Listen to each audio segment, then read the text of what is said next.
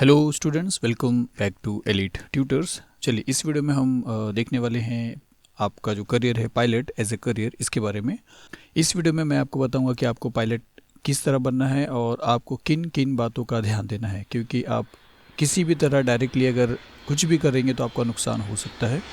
तो चलिए शुरुआत करते हैं। सबसे पहले कि पायलट के टाइप्स कितने होते हैं, पहले आप ये समझ लीजिए कि पायलट कितने टाइप के होते हैं। तो बेसिकली अगर समझा जाएगा तो दो टाइप के पायलट्स होते हैं, एक तो कमर्शियल पायलट्स और एक मिलिट्री पायलट्स। कमर्शियल पायलट्स वो पायलट होते हैं जो आमतौर पे जो आप एयरपोर्ट में देखते हो जो जहाज़ उड़ती हैं उसको उड़ाने वाले, या यूँ समझिए कि जिन्हें आप पायलट समझते हो वो यही पायलट होते हैं। क्योंकि हम मिलिट्री के पायलट को हम पायलट एज ए पायलट नहीं समझते, हम मिलिट्री पायलट्स में मतलब देखिए मिलिट्री पायलट्स में कौन होता है, जो इंडियन आर्मी ज्वाइन करता है, जो इंडियन एयरफोर्स ज्वाइन करता है, इंडियन नेवी ज्वाइन करता है, वो वहाँ पे होते हैं।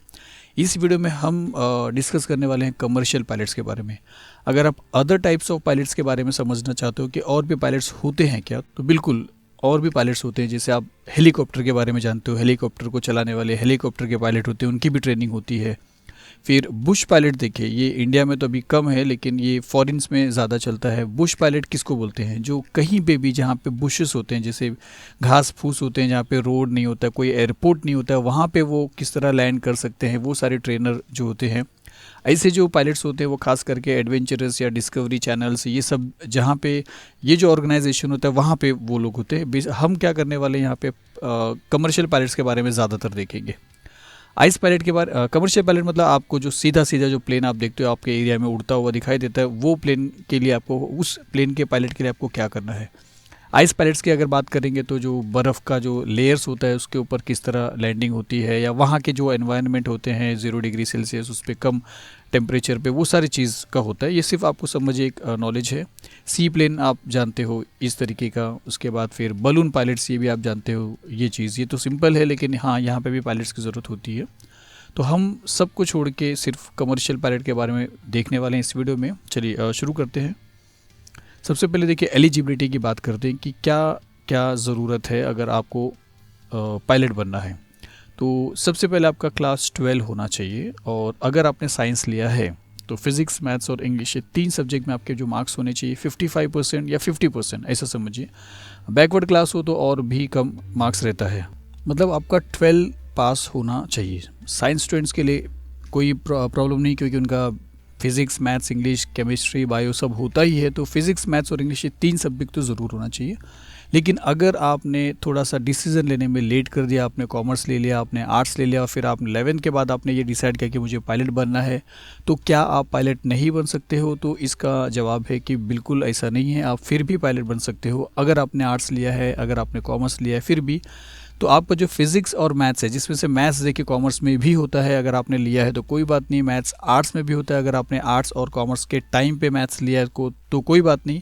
लेकिन अगर फिर भी अगर आपने नहीं लिया था कॉमर्स के टाइम में 11th में, और आर्ट्स के टाइम में भी नहीं लिया है, तो आपको अलग से NIOS, national institute of open schooling, इस इंस्टीट्यूट से भी आप फिज़िक्स और मैथ्स का जो पेपर है वो आप घर बैठे भी पास कर सकते हो। और इसके लिए आप ये वेबसाइट विज़िट कर सकते हो जहाँ पे आप सारे प्रोसेस को पूरा कर सकते हो। अगर आपने इस इंस्टीट्यूशन से घर पे बैठ के अगर आपने फिज़िक्स और मैथ्स क्लियर कर लिया है 55% से कम मार्क्स या इससे ज़्यादा, तो भी आप आर्ट्स और कॉमर्स अगर लिए हैं फिर भी आप एलिजिबल है पायलट के लिए। चलिए आगे देखते हैं कि ज्वाइनिंग एज क्या होना चाहिए। जब आप ज्वाइनिंग करेंगे, जब आप पायलट के लिए ज्वाइन करेंगे, पायलट के कोर्स के लिए नहीं, तो आपका कम से कम एज 18 ईयर्स होना चाहिए, और जो अपने आप हो जाता है हो ही जाता है। और 32 तक, मतलब अगर आपको लेट हो गया, आप वैकेंसी नहीं था, आपने ज्वाइन नहीं कर पाया, तो 32 ईयर्स तक आप ज्वाइन कर सकते हो। मेडिकली फ़िट, देखिए ये चीज़ बहुत इंपॉर्टेंट है कि आप मेडिकली फ़िट होना चाहिए, आपका हेल्थ सही रहना चाहिए, आपको कोई इनहेरिटेंस वाला कोई ऐसी बीमारी नहीं होना चाहिए जो आपको इनहेरिटेंस से जेनेटिकल है। मतलब आप फिट एंड फाइन रहना चाहिए। आपका पुलिस वेरिफिकेशन भी होता है, मतलब पुलिस रिकॉर्ड होना चाहिए आपका, आप पे कोई केस नहीं होना चाहिए। ये सारी चीज़ों से आप फ्री रहना चाहिए, तभी आप ये सब चीज़ के लिए एलिजिबल है। अगर आपका कोई केस चल रहा है, आपका कोई बीमारी है, थोड़ा गंभीर वाली ऐसी समझिए कोई बीमारी है, तो आप एलिजिबल नहीं हैं। और ये चीज़ आपको तब ध्यान देना है जब आप एडमिशन लेते हो, उसके पहले। मैं आपको थोड़ी देर के बाद बताऊँगा और क्या क्या चीज़ें। देखिए आपका जो आई साइट है वो 6/6 विज़न का होना चाहिए, चाहे आप ग्लास पहने हो चाहे नहीं पहने हो। इसका क्या मतलब होता है 6/6 का, जैसे ये चार्ट है, इसमें अगर आप नीचे देख रहे हो 6x6 का, तो ये जो लेटर लिखा है, अगर आपको 6 मीटर के दूरी पे, 6 मीटर के डिस्टेंस पे अगर आपको बैठा दिया जाएगा, जब मेडिकल होगा तो ये सारे टेस्ट होंगे वहाँ पे, तो 6 मीटर के डिस्टेंस पे अगर आपको बैठा देते हैं और आप ये अच्छी तरह रीड कर लेते हो, तो आपका विजन जो है वो 6x6 है। और अगर आप नहीं रीड कर सकते हो, इसके ऊपर का रीड कर पा रहे हो, तो आपका जो विजन है वो 6x6 से ज़्यादा है, तो आप एलिजिबल नहीं रहोगे। ये सारी चीज़ आपको समझना है। और कलर ब्लाइंडनेस, आप कलर डिफरेंस नहीं कर पाते हो, अगर आपके ये भी आपको प्रॉब्लम है कि आप डिफरेंट डिफरेंट कलर्स में थोड़ा सा कंफ्यूज हो जाते हो, तो भी आप फिट नहीं हो। दूसरा कि फ्लुएंसी इन इंग्लिश, आपका इंग्लिश में फ्लुएंट होना ज़रूरी है। अगर आप अदर मीडियम से हो, वर्नाकुलर मीडियम से हो, तो आप जैसे 11th और 12th में रहोगे, आप प्लीज़ अपने इंग्लिश को इम्प्रूव करिए। कोई अगर क्लास है पर्सनालिटी डेवलपमेंट का या इंग्लिश स्पीकिंग कोर्स है, तो आप प्लीज़ उसको ज्वाइन करिए, अगर आप इस फील्ड में आपने फैसला कर लिया है तो। चलिए इसके आगे चलते हैं और लाइसेंस के बारे में समझते हैं। अब देखिए लाइसेंस का क्या मतलब है। जैसे एक थोड़ा सा बात सुनिए कि जैसे आपको एक बाइक चलाने आती है, आपका दोस्त का कोई बाइक था, आपको फिर एक कार भी चलाने आता है, आपके दोस्त का कोई कार था, फिर आपके पास या तो खुद भी एक बाइक है वो आपको चलाने आती है, आपका कार है वो भी आपको चलाने आता है, लेकिन क्या आप फिर भी कहीं पे भी घूम सकते हो? तो आप खुद ही बोलोगे कि नहीं, बिकॉज हमारे पास लाइसेंस होना ज़रूरी है, अदरवाइज़ आपको फ़ाइन भी भरना पड़ सकता है और आपको जेल भी जाना पड़ सकता है। तो यहाँ पे भी वही चीज़ है स्टूडेंट्स, आपको यहाँ पे यही समझना है कि आप कोई कुछ बड़ा काम यहाँ पे नहीं करने चल रहे, आपको लाइसेंस चाहिए। यहाँ पे प्लेन को उड़ाने का लाइसेंस चाहिए, तो वो जो लाइसेंस होता है, मेन लाइसेंस की अगर बात करें तो वो ये लाइसेंस होता है, CPL कमर्शियल पायलट लाइसेंस। ये लाइसेंस जब आपको मिल जाता है तब आप एलिजिबल हो जाते हो प्लेन को हवे में उड़ाने के लिए। और उसके अलावा ये जो लाइसेंस देख रहे हो ये भी आपको चाहिए। फिर PPL और SPL जो है, ये तो आपको शुरुआत में जब आप कोई स्कूलिंग ज्वाइन करोगे, जब आप एविएशन का कोई स्कूल जब ज्वाइन करोगे, तब ये दोनों लाइसेंस मिल जाएंगे। पर ये लाइसेंस के कुछ क्राइटेरिया है और ये भी आपको मिल जाएगा, लेकिन इसका भी एग्ज़ाम है। ये दोनों का तो एग्ज़ाम थोड़ा सा टफ है, ये आपको फटाफट हो जाएगा। चलिए हम देखेंगे थोड़ा। तो चलिए SPL जो लाइसेंस है, सबसे पहला लाइसेंस जो है वो आपको किस तरह मिलता है वो हम देखेंगे। जब आप एडमिशन ले लेते हो उसके बाद मिलता है। और एडमिशन आप कहाँ लोगे? तो एडमिशन आपको लेना पड़ता है कोई भी एक फ़्लाइंग स्कूल में, जो बहुत सारे फ़्लाइंग स्कूल हैं, और टॉप जो फ्लाइंग स्कूल है इंडिया में उसके बारे में थोड़ी देर में मैं आपको बताऊंगा। मान लीजिए आपने किसी एक फ्लाइंग स्कूल में एडमिशन ले लिया। देखिए एडमिशन लेने से पहले यहाँ पे एक चीज़ सुन लीजिए कि अगर आपने एडमिशन लिया है तो आपको पैसा भरना पड़ेगा, और इसका पैसा देखिए 25 लाख 30 लाख यहाँ तक पहुँचता है। थोड़ा सा सुन लीजिए प्लीज़। आप एक बार फ्लाइंग स्कूल में एडमिशन ले लेते हैं, फिर आपका मेडिकल होगा बाद में, कुछ दिनों के बाद या कुछ हफ्तों के बाद या महीने के बाद होता है। फिर वहाँ से अगर रिज़ल्ट आता है कि आप मेडिकली फ़िट एंड फाइन नहीं हो, तो देखिए आपने एक गलती यहाँ पे कर लिया कि आपका पूरा पैसा जो आपने एडमिशन में भरा था वो आपको रिफ़ंड नहीं मिलेगा, या पूरा नहीं भरे रहोगे, आप जितना भी भरे रहोगे वो आपको रिफ़ंड नहीं किया जाएगा, आप फंस जाओगे। फ्लाइंग स्कूल ज्वाइन करने से पहले ही आप मेडिकल चेकअप करवा लीजिए। आपका मेडिकल 2 मेडिकल 1 ऐसे 2 होते हैं जो इनसे एफिलिएटेड होते हैं, मतलब वो डॉक्टर्स ही आपका वो मेडिकल करेंगे जो DGCA से मतलब जुड़े हुए रहेंगे, उनको रिकॉग्नाइज्ड रहेंगे, उनको अथॉरिटी मिली रहती है। और DGCA क्या है? यही पूरा जो लाइसेंस होता है, जो CPL का लाइसेंस जो हम देखने वाले हैं फाइनल लाइसेंस, वो यही इश्यू करता है, यही एग्ज़ाम लेता है आपका। तो ये बहुत इम्पोर्टेंट ऑर्गेनाइजेशन है, तो ये उसका वेबसाइट भी है। तो कोई भी फ्लाइंग स्कूल ज्वाइन करने से पहले आप मेडिकली फ़िट है या नहीं, इसका टेस्ट आप पहले ही करवा लीजिए। सब इंडिपेंडेंट है, आप करा सकते हो, ऐसा नहीं कि स्कूल में जाने के बाद ही ये सब होता है, आप पहले ही करा सकते हो। एक बार आप जब कोई भी इंस्टीट्यूशन, कोई भी फ्लाइंग स्कूल ज्वाइन कर लेते हो, तो 1 महीने के बाद फिर आपको एग्ज़ाम देना पड़ता है, और उसके बाद आपको एक लाइसेंस मिलता है जिसको बोलते हैं SPL स्टूडेंट्स पायलट एग्ज़ाम, मतलब लाइसेंस समझिए। ये लाइसेंस क्या काम करता है कि आप एक एयरक्राफ्ट में, एक प्लेन में आप पायलट के साथ बैठ सकते हो, पायलट और स्टूडेंट्स बैठ सकते हैं, और वो पायलट जो भी आपको सिखाएगा वो आप सीख सकते हो, आपको कोई उतार नहीं सकता क्योंकि आपके पास एक लाइसेंस है। तो 1 महीने के बाद जो आपको ये लाइसेंस मिलता है, तो वो 1 महीना आप करते क्या हो? तो 1 महीना आपको वो बुक देते हैं जिसके अंदर आपको ये एग्ज़ाम के लिए तैयारी करना पड़ता है। आपको फ्लाइंग स्कूल खुद ही देगा, फिर आप उसके जो सब्जेक्ट्स हैं जैसे regulation, rules and regulation, metrology, atmosphere का टेम्परेचर, वो ह्यूमिडिटी, वो सारी चीज़, टेक्निकल चीज़, फिर नेविगेशन, रास्ते जो होते हैं मैप के, इनके बेसिक्स आपको पढ़ना पड़ता है और उसका एग्ज़ाम आपको देना पड़ता है, जिसके बाद ही आपको SPL का लाइसेंस मिलता है। और SPL का लाइसेंस आपको ये नहीं देता है, SPL का लाइसेंस आपको वो फ्लाइंग स्कूल ही दे देगा। इसीलिए ये लाइसेंस पाना कोई हार्ड काम नहीं है, क्योंकि जो CFI जो चीफ फ्लाइट इंस्ट्रक्टर रहेगा उस फ्लाइंग स्कूल का, वही आपका टेस्ट लेगा, और वो भी ओरल और इंटरव्यू लेके, और वो ज़्यादातर चांस है देखिए आपको 99% पास कर देगा, और आपका रिजल्ट भी जल्दी ही मिल जाएगा आपके हाथ में। मतलब SPL का लाइसेंस पाना आपके लिए कोई डिफ़िकल्ट नहीं, क्योंकि वो खुद आपको पास कर देंगे, क्योंकि ये उनका ऑर्गेनाइजेशन, इंस्टीट्यूशन है, उनका स्कूल है, और वो चाहते हैं कि बच्चे वहाँ पे होना चाहिए। तो ये लाइसेंस तो आपको मिल ही जाता है। चलिए इंस्टीट्यूशन की बात कर लेते हैं कि अगर टॉप इंस्टीट्यूशन की बात करते हैं, top flying schools in India, तो national flying training institute Maharashtra में, फिर इंदिरा गांधी राष्ट्रीय उड़ान एकेडमी उत्तर प्रदेश में, Madhya Pradesh flying club MPFC आप देख रहे हो, Ahmedabad aviation and aeronautics limited AAA, उसके बाद फिर GATI government aviation training institute Orissa, उसके बाद काइम्स एविएशन एकेडमी मध्य प्रदेश, और भी हैं। यहाँ पे एडमिशन लेने से आपको ये फ़ायदा होता है कि जितने भी टाइप्स के एयरक्राफ्ट्स होते हैं वो यहाँ पे अवेलेबल होते हैं। और एयरक्राफ्ट भी देखिए 2 टाइप के होते हैं, सिंगल इंजन वाले भी होते हैं, मल्टी इंजन वाले भी होते हैं। ये आप पे डिपेंड करता है कि आप सिंगल इंजन पे ट्रेनिंग ले रहे हैं या मल्टी इंजन पे। अगर आपने सिंगल इंजन में ही ट्रेनिंग लिया, ये बात को भी आप प्लीज़ अभी से नोटिस कर लीजिए, अगर आपने सिंगल इंजन वाले एयरक्राफ्ट में ही ट्रेनिंग लिया है और लाइसेंस आपने पाया है, तो जब वैकेंसी आती है और मान लो मल्टी इंजन की आती है, तो आपको वहाँ पे जॉब नहीं मिल सकता है। लेकिन अगर आपने मल्टी इंजन का भी ट्रेनिंग लिया है, तो ये आपके लिए फ़ायदा रहेगा कि कभी भी सिंगल इंजन हो या मल्टी इंजन की वैकेंसी अगर आती है तो भी आपको जॉब मिल जाता है। तो ये आपको पहले ही सोचना है कि आप सिंगल इंजन में चलेंगे क्या मल्टी इंजन में, क्योंकि मल्टी इंजन से अगर आप ट्रेनिंग लेते हो तो आपका जो पैसा है वो 5 to 6 लाख और बढ़ जाता है। ये चीज़ आपको ध्यान देना है। लेकिन ये आपके लिए टेंशन फ्री रहेगा कि आप एडमिशन लेने टाइम कोई भी वैकेंसी रहेगी तो आप वहाँ पे आराम से ले सकते हो। तो आप कोशिश करिए कि ऐसे इंस्टीट्यूट में आपका एडमिशन हो जाए।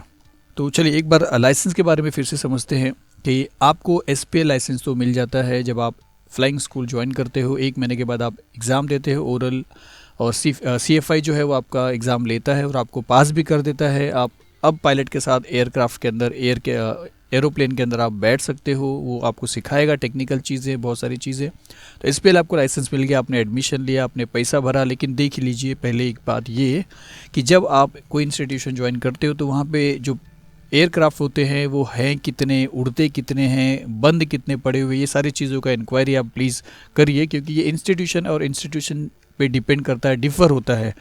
ये चीज़ आपको ध्यान देना है। जैसे आप कभी भी एडमिशन लेते हो तो आप कॉलेज पे ध्यान देते हो कि ये कॉलेज डिग्री कॉलेज है या जूनियर कॉलेज है, क्या क्या फैसिलिटीज़ है, तो उस तरह यहाँ पे आपको इंक्वायरी करना पड़ेगा, नहीं तो आपका पैसा ख़राब हो सकता है। तो SPL आपको मिल गया। SPL के बाद जो सेकेंड लाइसेंस होता है 60 आवर्स के फ्लाइंग के बाद आपको मिलता है। जब आप 60 आवर्स का फ्लाइंग कर लेते हो तो आपको एक लाइसेंस और इश्यू किया जाता है जिसको बोलते हैं PPL, प्राइवेट पायलट लाइसेंस।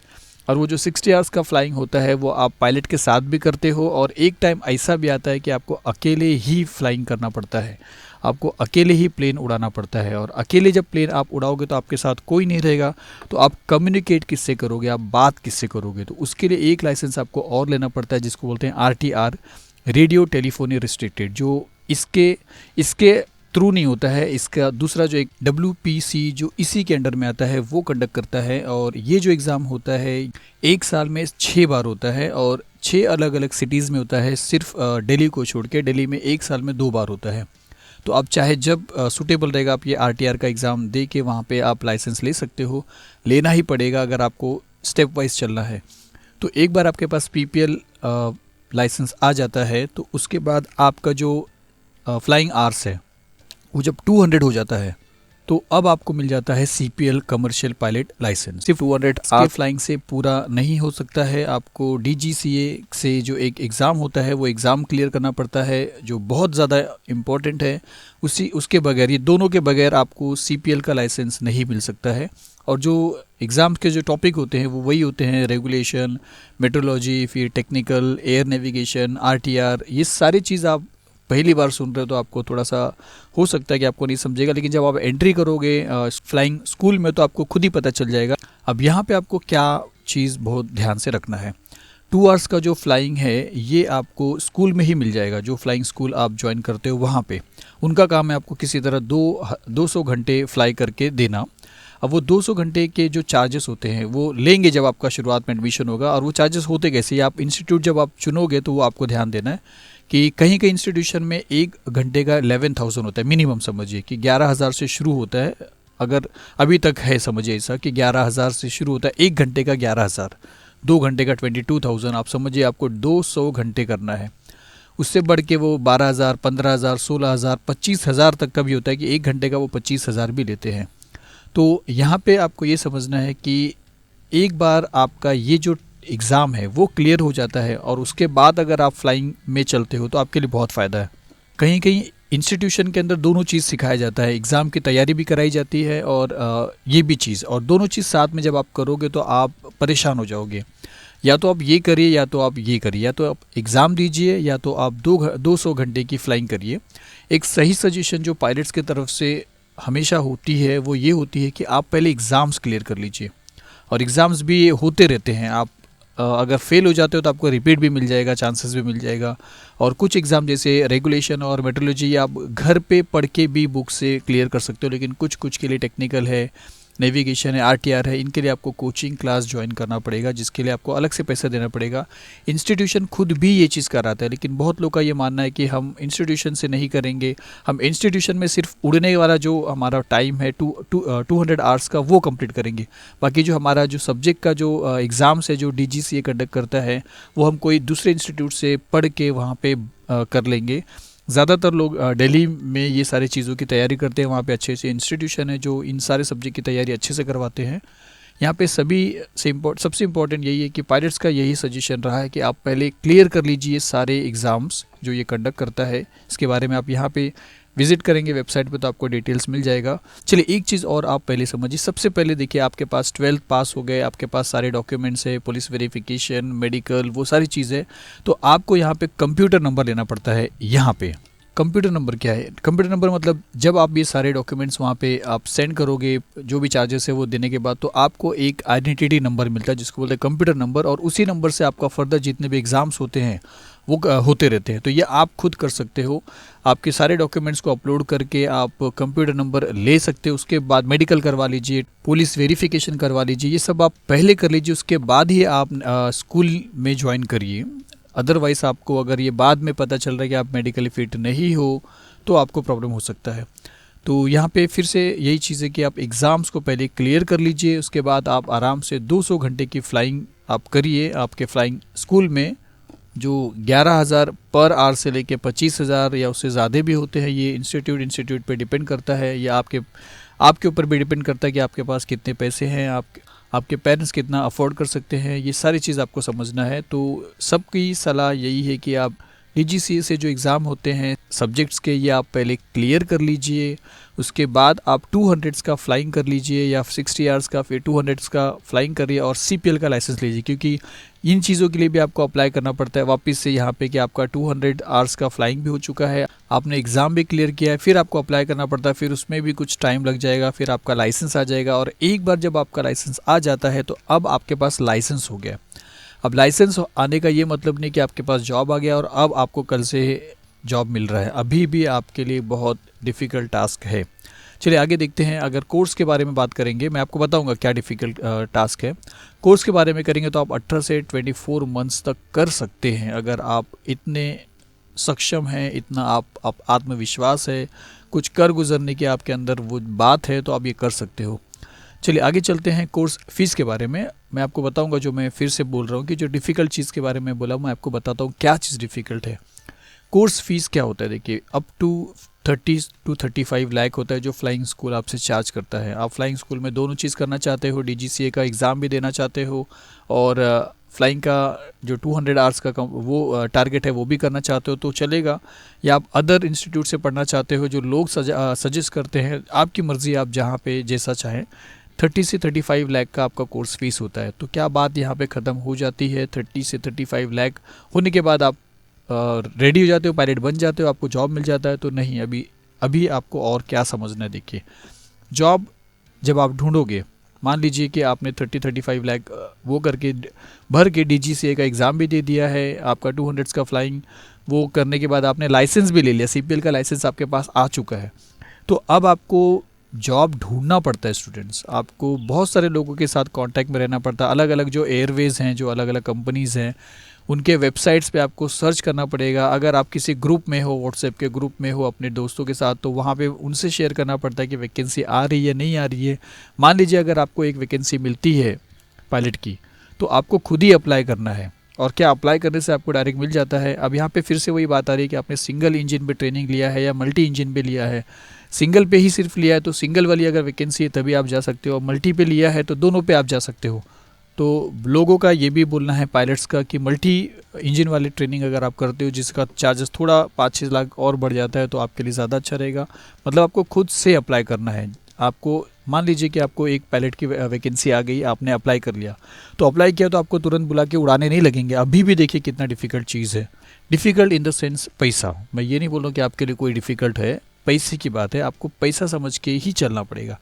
क्या डिफ़िकल्टीज़ है ये आप डिस्कस करते हैं कि अब जब आपको वैकेंसी मिलती है किसी भी एयरवेज़ की तरफ से, तो आपको टाइप रेटिंग ट्रेनिंग करना पड़ता है। अब ये टाइप रेटिंग ट्रेनिंग क्या होता है? टाइप रेटिंग ट्रेनिंग ऐसा होता है कि जैसा आपने बाइक पे, समझो आपने बाइक चलाया है और फिर आपके दोस्त के पास एक बुलेट आ गया है, तो बाइक और बुलेट में ज़्यादा फ़र्क नहीं है लेकिन फिर भी डिफरेंट है। तो वो बुलेट चलाने से पहले आप थोड़ा बहुत तो कुछ तो ट्रेनिंग करोगे। उसी तरह यहाँ पे उनका जो एयरवेज है, हर एयरक्राफ्ट के थोड़े थोड़े सिस्टम में चेंजेस रहता है। तो अगर इन्होंने आपको वैकेंसी दिया है तो आप जब इनके पास आओगे तो ये बोलेंगे कि पहले हमारा जो प्लेन है उस पर आप ट्रेनिंग लीजिए, जिसको बोलते हैं टाइप रेटिंग ट्रेनिंग। और ये जो ट्रेनिंग है इसका पैसा वो आपसे लेते हैं, जो 20 से 30 लाख रुपीज़ होता है। देखिए आप अप्लाई कर रहे हो फिर भी आपको 20 से 30 लाख रुपीज़ देना पड़ता है, ये याद रखिए। जब ये अपने उसमें सिखाते हैं, जब ये चीज़ पूरा हो जाता है तब आपको जॉब देते हैं 20 से 30 लाख। तो 30 से 35 लाख तो आपका स्कूलिंग में चला गया। उसके बाद जब आपको वैकेंसी पायलट का मिला और आपने अप्लाई किया, तो टाइप रेटिंग ट्रेनिंग आप जब ट्रेनिंग करोगे उनके पर्टिकुलर फ़्लाइट में, तो भी आपको उसके लिए 20 से 30 लाख रुपीज़ देना पड़ेगा। तो ओवरऑल अगर आप देखते हो तो टोटल आपका जो खर्चा चला जाता है अराउंड 60 से 65 लाख चला जाता है। उसके बाद आपको जॉब मिल जाता है। एक तरीका देखिए जॉब को पाने का और है, लेकिन थोड़ा सा महंगा है, वो होता है कैडेट पायलट प्रोग्राम। वो हर अलग अलग एयरवेज कंडक्ट करता है, जैसे इंडिगो हो गया या जितने भी आप प्लेन्स के बारे में नाम जानते हो उनका प्रोग्राम होता है। वो क्या होता है देखिए, जैसे आप स्कूल ज्वाइन किए थे वैसे यहाँ पे क्या होगा कि आपको ये प्रोग्राम ज्वाइन करना पड़ेगा 12th के बाद। सेम चीज़ है कि 12th में वही का क्राइटेरिया होना चाहिए, फिजिक्स मैथ्स इंग्लिश होना चाहिए। इनका भी एंट्रेंस एग्ज़ाम होगा, इंटरव्यू होगा, जो भी होगा ये सारी चीज़ करना पड़ेगा। लेकिन इसका जो खर्चा रहेगा अराउंड 80 लाख से 1 करोड़ रुपीज़ तक भी जाता है स्टूडेंट्स। 1 करोड़ बोलिए आप जैसा बोल सकते हो, 80 से 1 करोड़ रुपया तक जा सकता है, जो 60 से 65 था। लेकिन इतना पैसा आप क्यों भर रहे हो, और ये मैं आपको क्यों बता रहा हूँ, क्योंकि कैडेट पायलट प्रोग्राम जो होता है इसमें एक चीज़ क्लियर होता है कि आपका जॉब सिक्योरिटी होता है।